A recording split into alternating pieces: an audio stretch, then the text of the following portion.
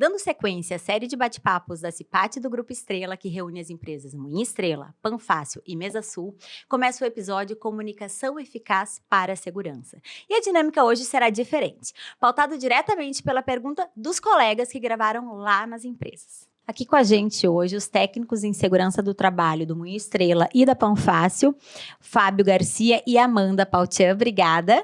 E a engenheira de segurança do trabalho, Mariela Machado Camargo. Obrigada, gente. Vamos falar então hoje sobre comunicação eficaz para a segurança, né? Pra gente, hoje o episódio ele vai ser direto aqui, vão ser perguntas dos colegas que gravaram nas empresas e a gente vai passar aqui. Mas para começar, Mariela, explica aqui um pouquinho pra gente comunicação eficaz para a segurança na prática. Esse nome bonito na prática, como é que ele funciona? Perfeito, Camila. Então vamos falar um pouquinho sobre a comunicação eficaz. No grupo hoje, nós temos vários canais de comunicação. Nós temos o nosso setor de marketing, que faz a divulgação de folders, cartazes. Nós temos aplicativos que são de acesso a todos os empregados, onde nós podemos transmitir as informações, tais como o exemplo da CIPA, da própria CIPAT hoje, treinamentos, convocações para palestras e outros eventos que nós temos, e também diretamente aos empregados. O setor de SESMIT hoje é bastante eficaz na questão de comunicação e lateralidade com os empregados. Como é que é o nome? Setor de SESMIT? SESMIT, que é o setor de segurança do trabalho, né? Engloba toda a equipe técnica, os técnicos, a engenheira e o próprio médico do trabalho que nos auxilia nessas atividades. Legal. Então, vocês estão preparados para as perguntas dos colegas? Bora. Vamos lá. Então, vamos começar. Quem vem primeiro aí? Quais são os EPIs adequados para fazer determinadas funções e como eu sei que eu estou usando o equipamento, o EPI certo, para executar determinadas funções? Amanda, o Jonathan da Panfácil quer saber sobre os EPIs. Explica pra gente. Então, primeiramente, para a gente poder fazer a avaliação dos EPIs, a gente precisa fazer a avaliação dos riscos da área, né? Então, ver qual é a função, se vai mexer em algum equipamento, se vai mexer com algum produto químico. Então, dessa forma, a gente faz a avaliação conforme a função e os riscos da área. E qual é a dificuldade hoje de fazer com que os funcionários entendam a necessidade dos EPIs? Eu acredito que isso, porque é um pouco chato, a gente sabe disso, né? Nem sempre tu quer estar com alguma coisa no ouvido ou com uma máscara, não sei exatamente qual tipo, assim. Mas deve ser um exercício, né, de conscientização. Sim, é um exercício de conscientização, mas hoje na Panfácil, a gente tem nossos grupos de CIPA, por exemplo, né?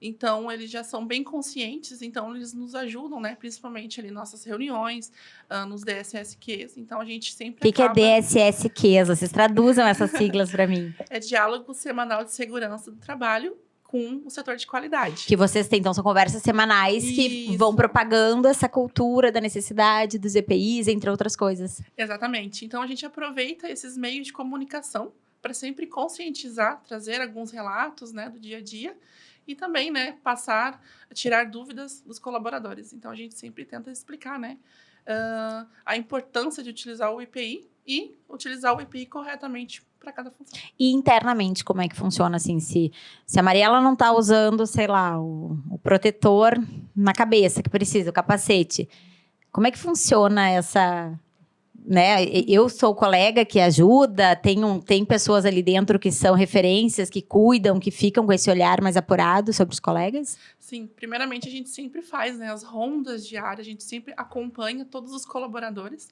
então eles já são bem conscientes, né, a gente sempre explica, olha, é bom sempre avisar os colegas, né, se esqueceu, porque pode acontecer, né, o esquecimento ali de utilizar um protetor, né, uma luva, então a gente sempre pede, né, para que lembre o colega, né, ter essa conscientização. Que é segurança, né? Exatamente. Em resumo é isso, é importante para si. Um ajudando o outro. Exatamente. Vamos para o próximo colega, quem será aí? Bom dia a todos, meu nome é Valmir, sou supervisor de logística aqui da Mesa Sul. Uma pergunta, as faixas refletivas para a empilhadeira, ela se encaixa em qual NE? E se é necessário para a nossa operação aqui na Mesa Sul? Me responde, Amanda, eu não entendi o que o Valmir da Mesa Sul perguntou. Ela se encaixa em qual o quê? Norma? Norma regulamentadora 11, né? E As faixas refletivas, elas são importantes, né, ter nesses equipamentos em máquinas, porque ele faz a demarcação do local, do espaço aonde a empilhadeira deve passar. Então, né, os pedestres, vamos dizer assim, eles vão utilizar aquela faixa ali para verificar que não pode passar naquele local e também vai ser o auxílio ali do operador para que ele cuide o espaço onde ele está passando, né? Então, São luminosos de segurança, isso, né? Exatamente. Que eles estão ali para mostrar, para reforçar a gente que não pode, ou pode só passar por ali, ou não pode passar. Isso, exatamente. Então, a gente sempre pede também, né, que verifiquem as condições das máquinas. Se precisar de alguma manutenção, é importante sempre avisar, porque a nossa prioridade sempre é deixar tudo pronto, né? Deixar a máquina ali certinha, com todas as questões de segurança, para que o operador trabalhe com segurança e os pedestres também. E qual foi a pergunta dele exatamente em relação à empilhadeira? Que era qual a altura? Como é que é? Era o uso das faixas Isso. refletivas, né? Ah, Se tá, se num enquadravam todo. na atividade lá da empresa Entendi. Mesa Sul. Sim, na verdade, esse é um requisito essencial para a operação das empilhadeiras, porque quando nós, pedestres, estamos circulando por uma área operacional, a gente tem que ter ideia de forma visual, isso é mais fácil hoje, de qual é o equipamento que está em movimentação. Nós, sabendo que aquele equipamento está sinalizado, que ele tem um aviso sonoro, que ele tem iluminações que estão demonstrando qual é a área de circulação dele, os pedestres, os nossos colegas que estão circulando pela própria área de depósito, no caso da Mesa Sul, eles conseguem, então, procurar a via demarcada, que é só para trânsito e circulação dos pedestres mesmo. Sim, mantendo de novo segurança, né? Exatamente. É isso aí. Então tá, vamos lá pro próximo. Daiane, eu sou encarregada do kit em casa aqui da Mesa Sul, eu tenho uma dúvida. Qual NR e se precisa utilizar para alturas, para drive-in? Acima de quanto de altura a gente precisaria usar um cinto ou se encaixaria aqui só a escada bastaria? Legal essa pergunta da Daiane. Fábio, o que tu Sim. nos diz sobre... Então, respondendo a pergunta da Daiane, né? A NR que é utilizada para trabalho em altura é a NR35, né? Que ela fala especificamente só sobre trabalho em altura, uma NR criada desde 2013. E ela diz que acima de 2 metros de altura é necessário utilizar o cinto de segurança, os equipamentos de proteção, linha de vida, ponto de fixação. No caso da Mesa Sul ali, né, eles utilizam uma escada que ela não atinge 2 metros. Então, não tem necessidade de utilização de cinto. Se você tiver que fazer um serviço acima de 2 metros, subir em cima do drive-in, seria uma outra situação, que teria que ter um equipamento cinto de segurança, a linha de vida, né? E aí ela poderia fazer o acesso com segurança. Tá, mas eu tenho uma pergunta, porque a Mesa Sul tem aquelas prateleiras gigantescas, Uhum. né? Então, no caso dela, eles vão até 1,99, é isso? E 2 metros. 2 metros do nível do 2 pé. metros ainda não precisa. Não. Então, a partir de 2,1 precisaria precisa. ter um outro equipamento além da escada. Isso. No caso da Mesa Sul, eles têm os drive-in. Eles têm umas escadas com marinheiro, que é uma escada com proteção, né? Que também O pode que ser é o utilizado. drive-in? Drive-in é onde fica os pallets armazenados, né? Então, onde fica todos os pallets, às vezes pode trancar algum pallet lá em cima e esse realmente tem que fazer essa subida. Para isso, eles têm as escadas lá, que tem proteção marinheiro também, com guarda-corpo, que eles utilizam, também pode acessar sem risco, como a escada que se caracteriza como um EPC, que é um equipamento de proteção coletiva, né? Qualquer pessoa pode subir, porque ela tem as proteções laterais que evitam que a pessoa tenha uma queda. Então, não teria necessidade de utilizar o cinto. Isso acima de 2,1 metros. Acima de 2 metros e 1. E aí, essa escada, ela é permitida até que altura? Ela, independente da altura, se ela tiver as proteções, pode subir. É que nem tu subir uma escada num edifício. Tu pode subir do primeiro andar até o quarto que não tem risco de queda, porque ela está protegida dos lados. Entendi. Então, essa aí, ela contempla todo o restante das prateleiras da Sim, Mesa Sul na prática. Isso aí, porque ela tem uma proteção, tipo uma escada marinheira, tem uma proteção em volta dela, que evita que o funcionário caia para fora dela, né? Se projete o corpo para fora dela. Entendi. Seria Não, isso. tô aprendendo, porque isso pra mim é um mundo bem diferente, Trabalho né? em altura tem bastante coisa. E cada um tem, cada setor tem suas especificidades, Claro. né? Que a gente não sabe, às vezes, estamos no setor do lado. Então, para todo mundo aprender. Quem vem o próximo aí? Pessoal, ao iniciar os trabalhos, o que você pode verificar no seu equipamento para garantir que você vai executar o seu trabalho com segurança durante todo o dia? O José é da Panfácio, Mariela. Ele é de qual setor, tu sabes? Porque a Ele pergunta é- dele foi bem específica, né? Sim, ele é coordenador de produção. A pergunta do Miranda, né, como nós conhecemos, é bem providencial. A gente sempre, quando o empregado entra na empresa, que ele faz a sua admissão, nós temos todo o processo de integração. Nesse processo de integração, ele passa por alguns treinamentos que são obrigatórios, né? Dentre eles, os que estão dentro do seu escopo de trabalho. Então, um operador, um auxiliar de produção, quando entra na sua área de trabalho, ele entende alguns tópicos que ele deve avaliar antes de iniciar o processo, né? Que são questões de piso, se está regular, irregular, se tem algo com derrame, se as botoeiras instaladas nas suas máquinas estão funcionando, se tem partes móveis que não estejam protegidas ou adequadas conforme o padrão da segurança e a exigência legal, se tem alguma parte elétrica que possa estar exposta, que vai causar algum tipo de curto-circuito ou uma pequena corrente indesejável, como a gente chama. E se o seu ponto de trabalho, né, o seu espaço físico de trabalho, é o adequado para a atividade que ele vai realizar. Então, tem, na verdade, um procedimento interno de trabalho onde o empregado sabe, de certa forma, quais são os itens que ele tem que avaliar previamente ao início da atividade, né? Então, a Mariela chegou na operação. Quais são os itens que ela tem que verificar no maquinário antes de ligar propriamente a máquina? Porque a Mari pode trocar o seu turno de trabalho, o Fábio está realizando alguma manutenção e a máquina não está sinalizada, né? Então, a Mariela vai lá, liga a máquina e o Fábio está realizando alguma manutenção elétrica, uma manutenção mecânica, uma própria avaliação periódica, né? Então, esses itens são requisitos básicos. Botoeiras, instalações elétricas, partes móveis. Esses são os itens principais de segurança a serem avaliados previamente ao início das atividades. Tem um checklist e todos são claramente explicados, todos são cientes sobre isso. Sim, todos são cientes. Dentro do escopo da integração, eles passam por esse treinamento básico e quando adentram a operação, então, o seu líder, né, o seu chefe de setor, vai e acompanha esse primeiro momento do trabalhador, do empregado, para realizar na prática o que está documentado.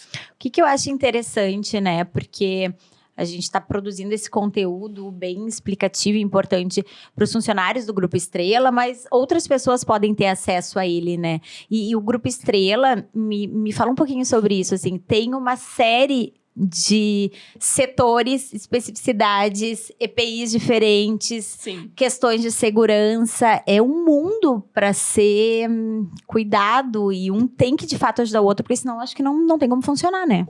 Exatamente. Essa questão do cuidado, né, Camila, como ela funciona. Nós temos a equipe dos técnicos, né? E quem é que nós, primeiramente, passamos a informação aos líderes, né? Os líderes que fracionam, então, essa informação aos seus demais colegas. E a gente acompanha, né? Como a Amanda falou na pergunta anterior, nós temos as rondas diárias que os nossos técnicos realizam, que eu realizo, o nosso estagiário realiza, e ele acompanha, então, as atividades dos empregados, eles acompanham a questão dos EPIs, se realmente estão sendo usados conforme o escopo da sua atividade. Nós acompanhamos desde a entrada do nosso colaborador até a conclusão do seu turno, né? Então, esse é a atividade principal da segurança do trabalho, é fazer essa análise prévia quando é aberta uma vaga, lá desde o princípio, quando ocorre a abertura da vaga, a gente analisa, né, quais são os riscos que vai ter aquele empregado que vai entrar na nossa empresa, como é que a gente vai prevenir qualquer tipo de acidente ou qualquer doença ocupacional que possa ser gerada dentro dessa atividade laboral que ele vai realizar. Isso está dentro do famoso PGR, né, que é um plano de gerenciamento de riscos, que é um engenheiro de segurança do trabalho quem faz, né? Então, a famosa é analisado previamente todos esses riscos, todas essas exposições, quais são os treinamentos necessários para que o nosso empregado esteja protegido a partir do momento que ele for admitido dentro da nossa empresa, né? Perfeito. Temos mais alguém? Temos mais 2 colegas aqui, que é o próximo. Tem uma pergunta para a nossa CIPAT. Se um colaborador ele tiver uma queda no local de difícil acesso, que a gente não consiga acessar, mas foi visualizado que ele está inconsciente, como que os brigadistas e os cipeiros devem proceder numa situação dessas? Interessante. É o Edson do Moinho que fez essa pergunta. Fábio, deixa, antes de responder diretamente a pergunta dele, já aconteceu alguma coisa assim que tu lembre no grupo? Não, de queda, assim, de ter que socorrer, imobilizar a pessoa e retirar. Até o tempo que eu tô no grupo, ainda não. Não. Né? Nesse período, não. Mas se acontecer, conforme o Edson tá trazendo. É uma aí. boa pergunta do Edson, né? Até porque antes de a gente saber atender a pessoa, a gente tem que saber o que também não se deve fazer, né? Então, a gente tem, ele falou do cipeiro, dos brigadistas, né? Que são pessoas treinadas, mais os brigadistas, né? Porque ele tem um treinamento mais intensivo na questão de prevenção, combate e resgate, né? Então, os brigadistas, eles são treinados para fazer o atendimento pré-hospitalar, né? O que é o atendimento pré-hospitalar? É ir prestando socorro, estabilizando a pessoa até a chegada do SAMU, de uma emergência, né? Então, nessa situação que o Edson colocou ali, né? De encontrar uma pessoa caída, consciente, os brigadistas são treinados para quê? Primeira coisa, encontrou uma pessoa caída, chamar a emergência. Primeira coisa, antes de ir lá prestar atendimento para a pessoa, 192, 193, para quem... Emergência externa. Externa. Emergência mesmo. Claro. E acionando também os técnicos, né?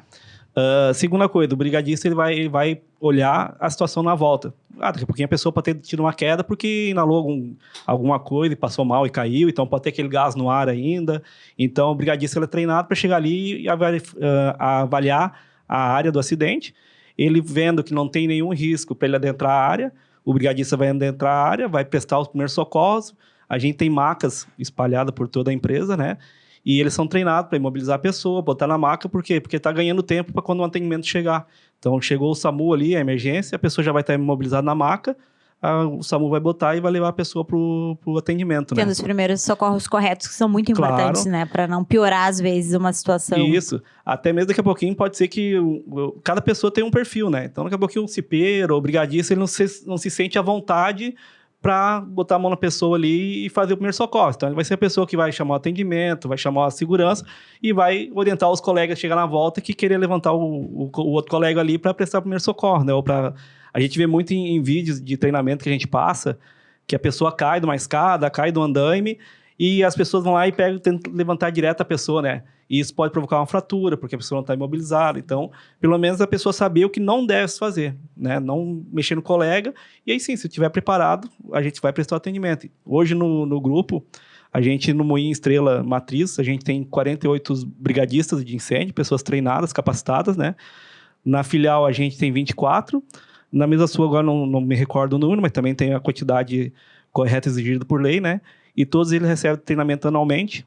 O treinamento que a gente fornece é um treinamento que poderia ser dado de 4 em 4 anos, conforme a lei, mas a gente lá no grupo optou por todo ano fazer uma reciclagem e treinar novos brigadistas, porque como troca também muito o efetivo, então a gente faz essa troca, faz treinamento constante também. Moinho, que tu falou, inclui Moinho e Panfácio. Isso, Moinho e Panfácio. A Panfácio eu não me recordo agora quantos brigadistas tem lá, Amanda, pode responder melhor que eu. Em média, 20 brigadistas. Como é que funciona? Deve ter um número que X funcionários tem que ter um brigadista, não? Como é que é? É classificado conforme o grau de risco da empresa. No caso, a gente lá é grau de risco 2, é um risco... Todas as empresas? Todas as empresas. É grau de risco 2, que é um risco intermediário. Então, conforme o grau de risco, número de funcionários, tamanho da edificação, é calculado o número de brigadistas e a gente tem que ter esse número mínimo. Mas nada impede a gente ter um número maior. Então, a gente sempre procura ter mais gente do que o que pede a lei, já porque se trocar o efetivo, ou às vezes alguma pessoa não está ali na planta, a gente tem gente sobrando. Não ser pego de surpresa. Isso aí. E grau 2, a Mesa Sul tem mesmo grau do Moinho, por exemplo, que tem setores diferentes, máquinas diferentes, tudo. Todas as 3 empresas são grau 2. É que depende muito o que tu tem lá dentro, o material. Mesa Sul, por exemplo, tem bastante papelão, plástico, né? São materiais que queimam, né? Que são fáceis de pegar fogo, né? Então, depende muito do tamanho da área, né? Tudo, a quantidade de pessoas que tem lá dentro. É que nem você entrar dentro de um shopping, por exemplo. O shopping, ele também tu olha assim, é só loja. Mas tem vários materiais que pegam fogo. Então, vai ver que lá já tem outro sistema de proteção mais como dizer, mais elaborado que numa indústria, por exemplo. Entendi. E Amanda, só para uma curiosidade mesmo, esses brigadistas, eles são, quando eles recebem esses treinamentos, quem é que treina os brigadistas? Que profissionais que treinam eles? São bombeiros? Então, hoje a gente tem o Fábio, que ele é certificado, ele pode dar esses treinamentos. Então, ele faz todo o treinamento lá da Pão Fácil, do Minho. Geralmente, a gente junta, né, os 2 grupos, porque eu acho que é importante, né, eles conhecerem ambas as áreas, né? Claro. E aí, realizarem esses treinamentos. E o que é esse certificado, Fábio? A gente faz um certificado também de treinamento de brigada, de bombeiro, né? E a gente tem que ter um registro nos bombeiros, né? Bombeiros no civil. Então, a gente tendo a proficiência, tendo o treinamento e sendo técnico também, porque a pessoa tem que ter, ou tem que ser técnico, ou tem que ser um bombeiro civil para poder dar o treinamento, não é qualquer pessoa também Sim. que pode dar o treinamento, né? No caso, eu tenho essa qualificação, eu tenho meu registro com os bombeiros, então eu sou apto a dar o treinamento. Então, os treinamentos antes, no grupo, era para um bombeiro que a gente contratava. Depois que eu adquiri a qualificação, eu que forneço os treinamentos para todas as empresas do grupo. Que bacana. E é um aprendizado para a vida, né? Ah, não. Porque saber dar primeiros socorros, eu acho isso... Tu pode salvar vidas mesmo. Tanto que quando a gente vai dar um treinamento de brigada de incêndio, até mesmo trabalho em altura, que eu também forneço o treinamento, e a gente passa a parte de primeiro socorro, de resgate, é uma coisa que tu não vai usar só na tua indústria, ou só na tua empresa, tu vai usar na tua casa também. Exato. Tu pode estar na tua casa e alguém tem uma parada cardíaca, tu tem que saber fazer um RCP. Tu pode salvar uma vida, Pode salvar né? uma Esses vida. primeiros socorros são importantíssimos. né? Então a gente passa um básico ali, mas que pode servir para a vida toda da pessoa, né? Até puxando um gancho bem rapidinho sobre isso, nos treinamentos que nós viemos ministrando dentro da empresa, muitos dos nossos colegas retratam que usam pequenos escopos de dentro do treinamento em suas casas, né? Teve gente que já conseguiu apagar um princípio de incêndio, teve gente que já conseguiu verificar sinais vitais de alguém que estava tendo uma parada cardiorrespiratória. Então, demais. tudo isso são assuntos que nós abordamos dentro do nosso treinamento e que as pessoas conseguem utilizar na prática, no seu dia a dia, não só dentro da empresa, mas em casa também, né? Que bacana isso. Temos um último colega? Quais são os requisitos básicos para realizar um trabalho em altura? Ó, o Vinícius da Mesa Sul, Mariela, já que o Fábio falou um pouquinho, né? E disse que tem um mundo de legislações. Tu também sabe sim. disso, imagino, né, Mariela? Então, vamos lá. Respondendo a pergunta do Vinícius, né? A questão do trabalho em altura, primeiramente, ela engloba o treinamento e qualificação dos empregados.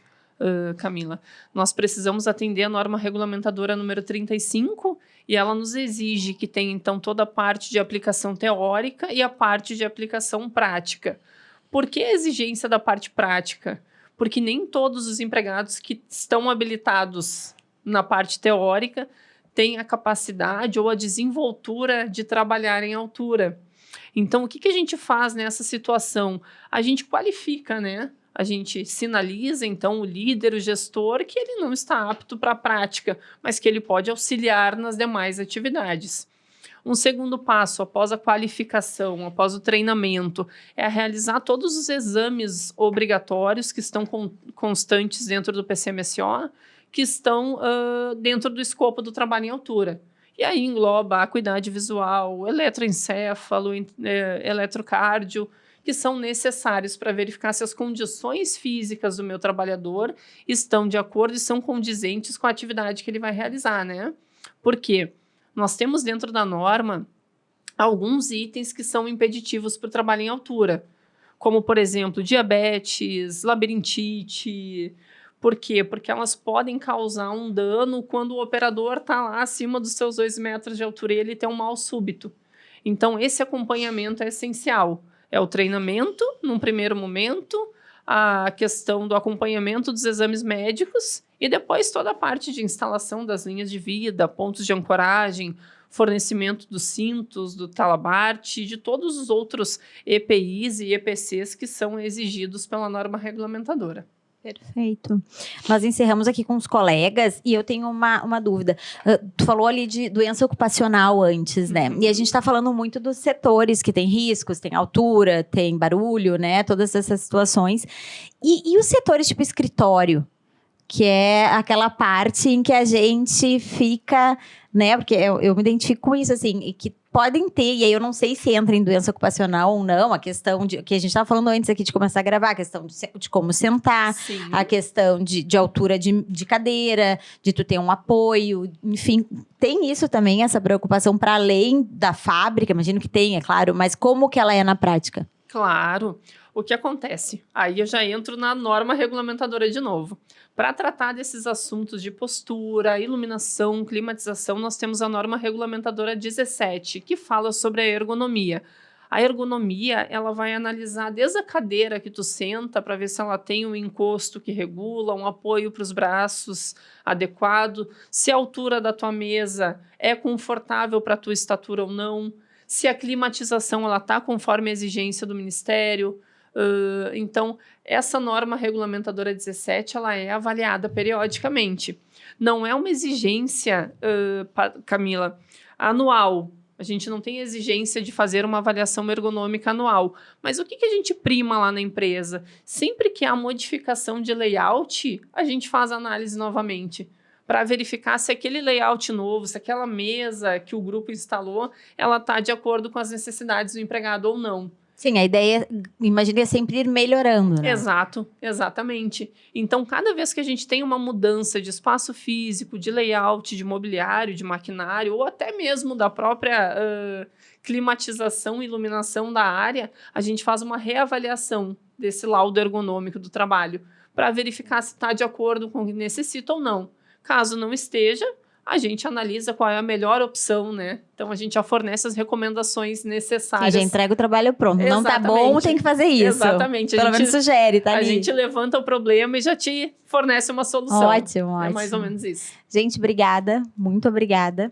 Foi ótima essa conversa, bem esclarecedora. Não é um assunto que eu domino, gostei bastante. Obrigada a todo mundo que participou. Obrigada aos colegas que mandaram as perguntas. E o nosso último episódio da CIPAT vai ser Saúde e Bem-Estar. Não percam.